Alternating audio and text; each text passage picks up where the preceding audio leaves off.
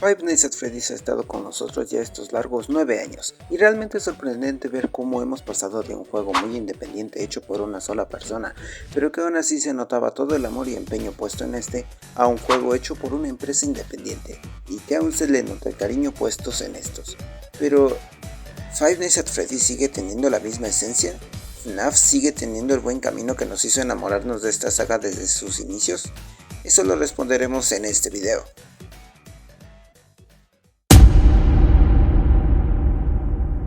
Realmente la saga no está dividida en fases o capítulos como si todo estuviese planeado desde el inicio, pero a mí me gusta dividir así la saga, y ya verán por qué.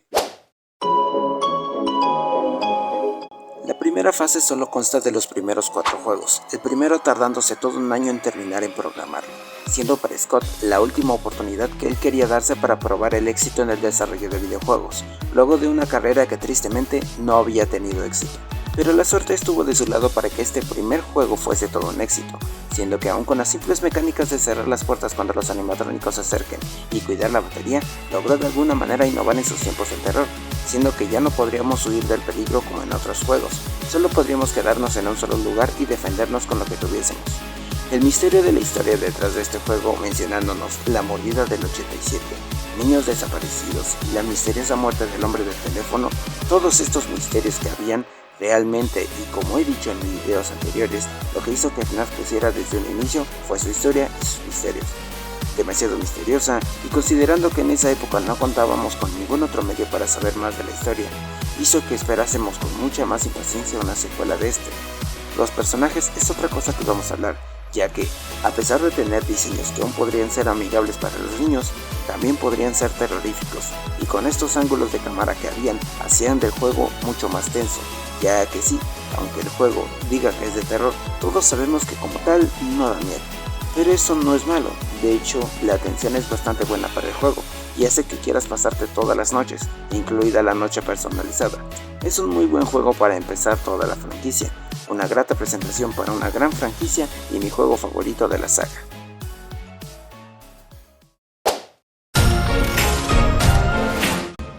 FNAF 2 se estrenó aproximadamente solo 2 meses después del primer juego, un desarrollo bastante rápido para haber sido modelado y programado todo esto por Scott solo, y resultó bastante bien, siendo el FNAF favorito de la mayoría del fandom, pues si en el primero solo eran 5 animatrónicos, aquí son 11 a obstaculizar, cada uno con un diseño tanto especial y tierno como tétricos algunos otros.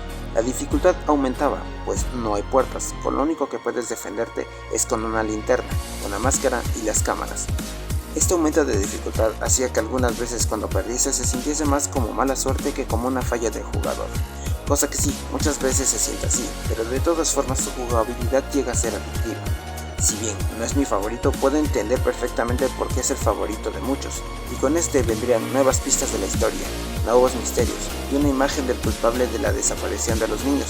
Los minijuegos como forma de contar una parte de la historia, la verdad es muy buena, ya que aparte de aparecer de forma misteriosa, los minijuegos son entendibles y también misteriosos con algunas interpretaciones, pero esa es la esencia de FNAF para mí.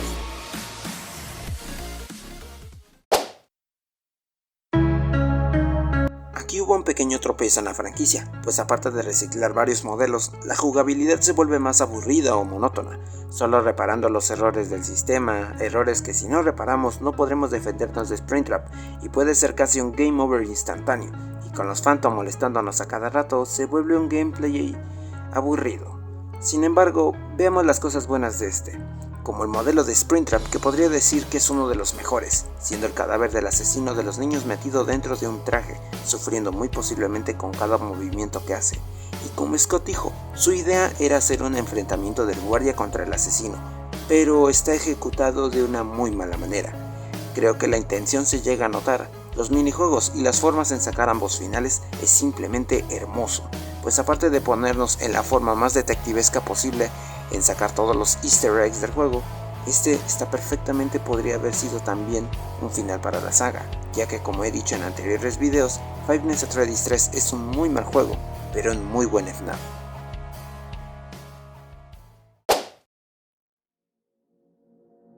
Después de las pésimas críticas a FNAF 3, Scott decidió continuar con su saga y al mismo tiempo vengarse de aquellos que decían que Five Nights at Freddy's no daba miedo o que su terror había bajado, dándonos un auténtico juego de terror, que a mi parecer sí es el más terrorífico, pues ahora estamos completamente solos en la oscuridad y con una sola linterna y las puertas de tu cuarto que no puedes mantener cerradas por siempre.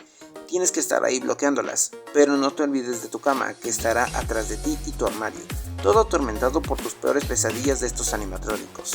Realmente el terror aquí está muy bien hecho. Tal vez no llega al terror bien implementado de Five Nights at Freddy's 1, ya que este es un terror un poco más forzado, pero no está mal. Lo que sí está mal es su historia y su narrativa, ya que, seamos honestos, cuando salió este juego nadie había entendido del todo bien la historia. Incluso hubo personas que pensaban que este era la mordida del 87, o que gracias a este juego se nos confirmaba que todo era un sueño de este niño, cosa que obviamente no era así, pero quién sabe. Realmente la historia en este punto ya era demasiado confusa, pero bueno, en ese momento Scott dijo que este era el capítulo final, así que supongo que eso era todo, ¿no?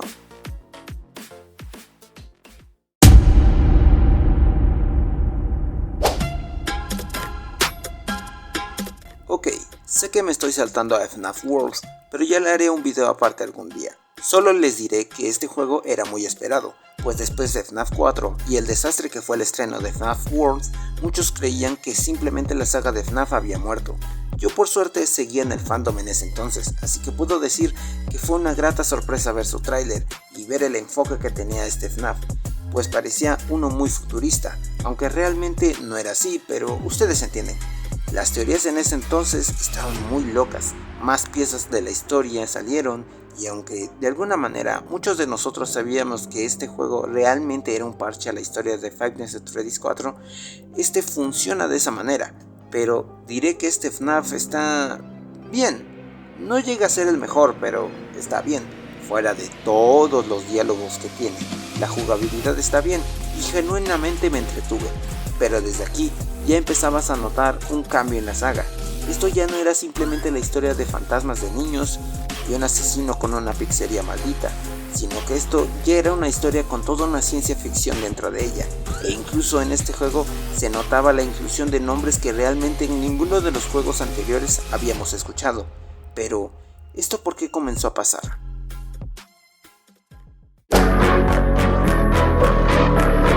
En un inicio hablaría de las historias conforme fueron estrenadas, pero realmente era mucho y tendría que profundizar en el lore.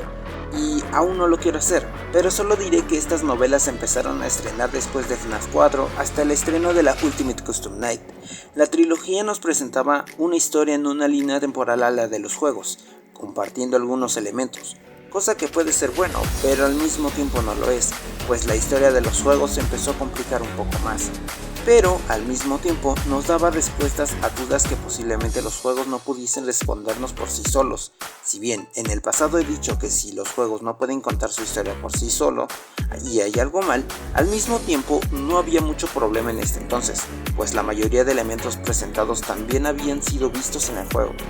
En los libros solo ampliaban la información o nos daban explicaciones, así que realmente en este punto no había tanto problema tanto en la balanza de juegos y libros.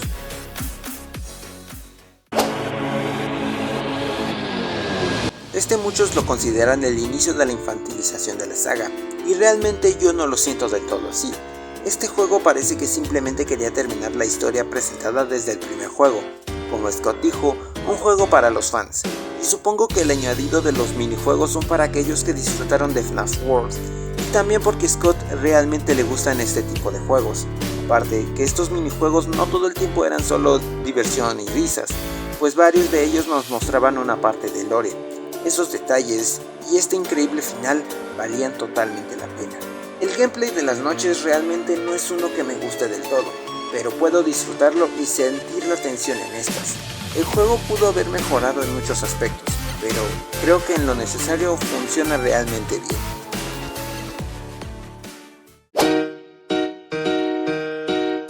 La Ultimate Custom Night nació también como un regalo de Scott para los fans, recordándonos todos esos animatrónicos que nos atacaron alguna vez, ahora todos dentro de un solo lugar, y aquí ya no se siente como un juego de terror o tensión, sino que ya se siente como un juego que te reta a acumular más puntos con más animatrónicos, aumentando muchísimo más la dificultad a la hora de evadirlos. Son muchas estrategias, así que aquí se nota un alejamiento de la franquicia por un juego de terror por uno más retativo. Sin embargo, la historia se seguía manteniendo tétrica y oscura en cierta manera. Ya aquí veríamos un gran cambio en la saga, dejando de ser lo que era en un inicio, pero en cierta manera era como una actualización a la historia que conocíamos, dándonos una historia mucho más loca, pero no por ello mala, sino que más interesante.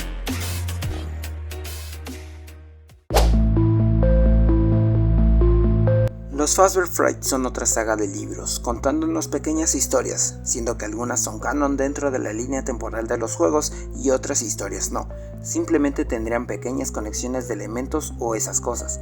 Más en concreto, toda historia que esté conectada con los epílogos de los libros son canon en los juegos, siendo que realmente aquí muchos perdieron el hilo de la historia, incluyéndome un poco. Solo hay que prestar mucha atención a los libros para entenderles. Sin embargo, es completamente entendible el hecho de que a algunos no les guste que la historia continúe en tantos libros y tantas historias, y que algunos incluso crean que estos libros no son canon y sean igual que las novelas.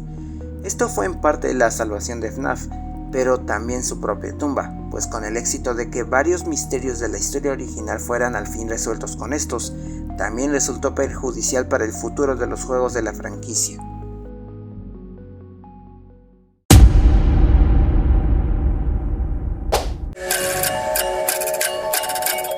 Este realmente fue un buen inicio para esta fase. Help Wanted inicia los juegos ya no tan independientes que nos tenía acostumbrados de la franquicia, pues en esta ocasión tenemos un juego de realidad virtual, o que deberías tener una PC de buena potencia o una consola para poder jugarlo. Y esto no es malo, vemos la evolución que ha tenido la franquicia. Aunque iniciamos remasterizando los primeros juegos en este, y algunos nuevos niveles o cambios en los niveles de los juegos. Siendo honesto, aunque no pueda jugarlo ni disfrutarlo del todo, realmente disfruté todo el lore del juego.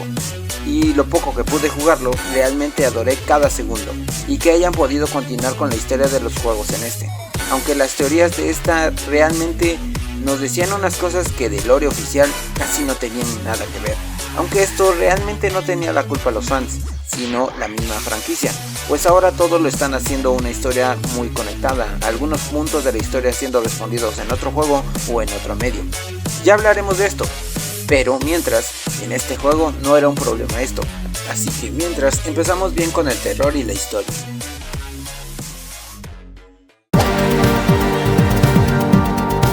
Aquí intentaré no hablar del terror o tensión del juego, ya que realmente pocos esperaban que de verdad eso pasara con este juego, pues es una pequeña pantalla. Pero lo que es la jugabilidad es cuestionable, llega a ser aburrida después de un tiempo jugándolo, y ni hablemos de los precios que realmente son exageradísimos, y con contenido un tanto limitado o criticable, aunque igualmente esto ya no importa mucho. El juego puedo decir sin miedo que lo que va hoy en día está muertísimo. Espero que algún día vuelva con mejor contenido, pero a este punto lo dudo. Pero para lo que sí sirvió este juego fue para darnos más material de la historia, dándonos detalles que completaban a teorías de Help Wanted, y realmente estos pocos detalles que nos dio valieron un poco la pena.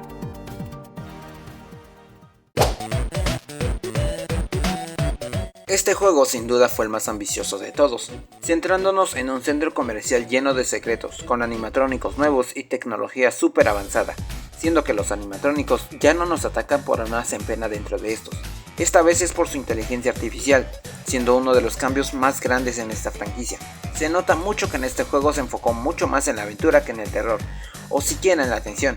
Esos animatrónicos que te podían dar miedo en ciertos ángulos, ahora simplemente sentías la intención de huir para no tener otro game over. Aquí es donde se nota por completo cómo la franquicia se infantilizó. ¿Esto realmente es malo? La verdad, sí y no. El juego funciona por sí mismo para que la historia funcione, y realmente la jugabilidad llega a ser entretenida en sus casi 6 horas de duración, pero se nota como la franquicia ya no era la misma. E incluso con la historia tan enrevesada, misteriosa y tétrica como siempre, el gameplay se notaba completamente diferente. Incluso la enemiga principal del juego apenas y es una amenaza verdadera, solo para la historia lo es, pero no para el gameplay o para nuestra perspectiva. Pero fuera de eso, nos dio a uno de los mejores animatrónicos jamás existentes, y un personaje tan misterioso que sería culpable de sinfín de teorías a futuro. Este juego dividió al fandom de los que les gustó y de los que no, y ambas partes tenían sus razones para amarlo u odiarlo.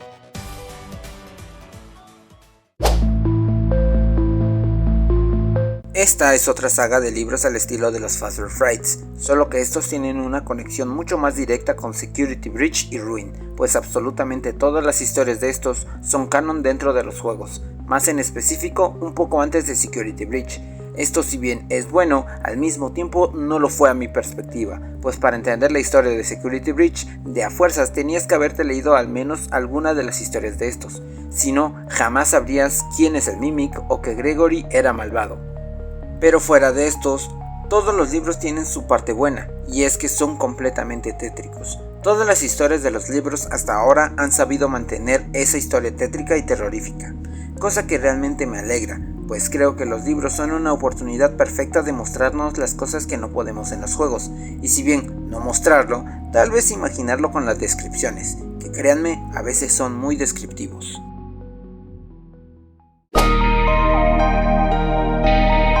Ahora, con el añadido más reciente de la franquicia, no sé por qué, con este realmente sentí volver a las raíces de FNAF. El terror que le faltaba a Security Breach, Ruin lo tiene, y bastante bien implementado. Una historia directa del Security Breach con unos diseños completamente aterradores, y una historia bastante buena de esta, y un gameplay que se puede sentir como una aventura, pero que realmente te mantiene tenso en toda la partida y con una historia con un final aún misterioso. Creo que Steve Wool sabe ahora qué es lo que amamos de FNAF, y no creo que nos decepcionen en Help Wanted 2.